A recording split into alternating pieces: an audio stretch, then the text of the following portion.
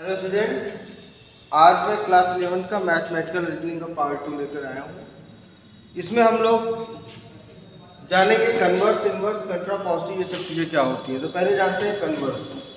तो कन्वर्स का मतलब क्या होता है? कन्वर्स का मतलब होता है कि अगर कोई भी स्टेटमेंट अगर P + Q है, जिसमें ये हमारा क्या है हाइपोथेसिस है, ठीक है स्टूडेंट, और ये क्या है कंक्लूजन। ठीक है, ये क्या है कंक्लूजन। तो जैसे इसका आप कन्वर्स करोगे तो कन्वर्स के केस में क्या होगा, जो कंक्लूजन है वो हाइपोथेसिस बन जाएगा और जो हाइपोथेसिस है वो कंक्लूजन बन जाएगा। मतलब अब ये क्या हो चुका है, ये हाइपोथेसिस हो गया और ये क्या हो गया, ये हमारा कंक्लूजन हो गया। सिंपल मतलब इफ और देन होता है ना, तो देन के बाद वाला कंक्लूजन होता है और देन के पहले वाला और इसके बीच वाला हाइपोथेसिस होता है। तो ये उल्टा हो जाएगा कन्वर्स के केस में। दूसरा हमारा क्या है, सेकेंड है हमारा इनवर्स। ठीक है स्टूडेंट, तो इनवर्स में क्या होता है, देखिए इनवर्स में इनवर्स हमारा क्या कहता है,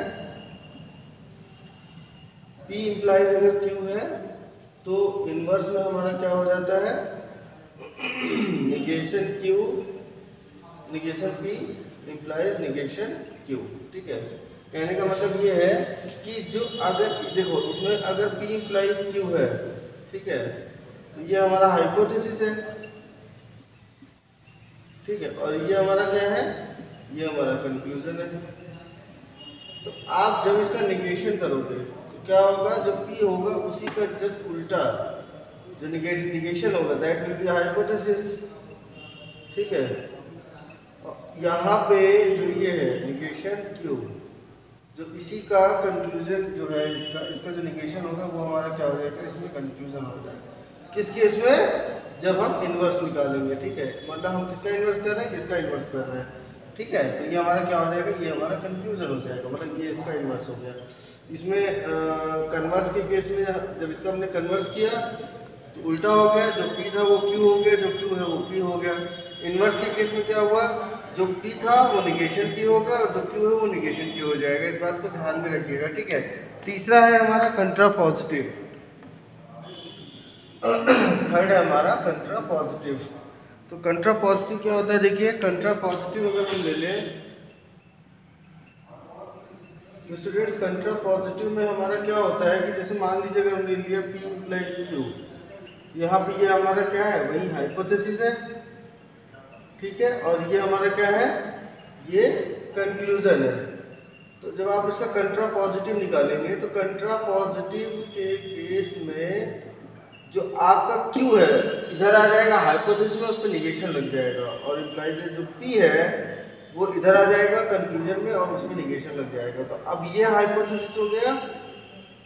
ठीक है, और ये हमारा कंक्लूजन हो गया। ठीक है स्टूडेंट, तो इस तरीके से ये हमारा कंट्रापोजिटिव को बताता है। आइए एक क्वेश्चन देख लेते हैं, इस पे कैसे क्वेश्चन को किया जाएगा।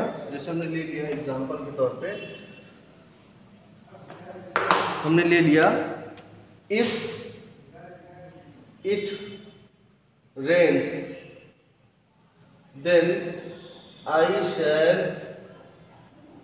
shall not go out।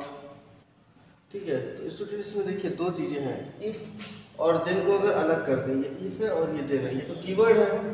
तो ठीक है, तो इसमें जो P है ये हमारा क्या हो जाएगा, पूरा ये P हो जाएगा, और ये जो पूरा है ये हमारा क्या हो जाएगा, ये Q हो जाएगा। तो P में हमारा क्या है, इट रेन्स। ठीक है, हम सिंबल यूज करते हैं पूरे सेंटेंस को यूज करने के लिए। और Q में हमारा क्या है,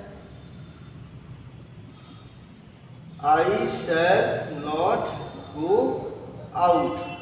ठीक है, तो ये दो चीजें हैं। तो अब हम यहाँ पे अगर देखो तो एक तरीके से क्या है, यहाँ से दिख रहा है P इम्प्लाइज Q है। ठीक है, तो अब हम पहला निकालेंगे कन्वर्स।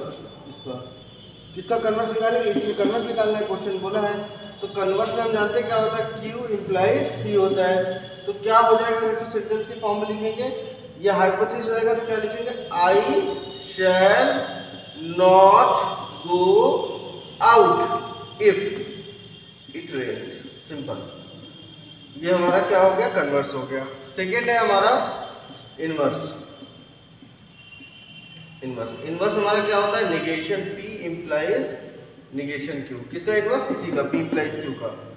तो दोनों का निगेशन ले लेंगे, तो निगेशन P क्या है, इट रेन्स, तो इस निगेशन P क्या हो जाएगा, इट डज नॉट रेन।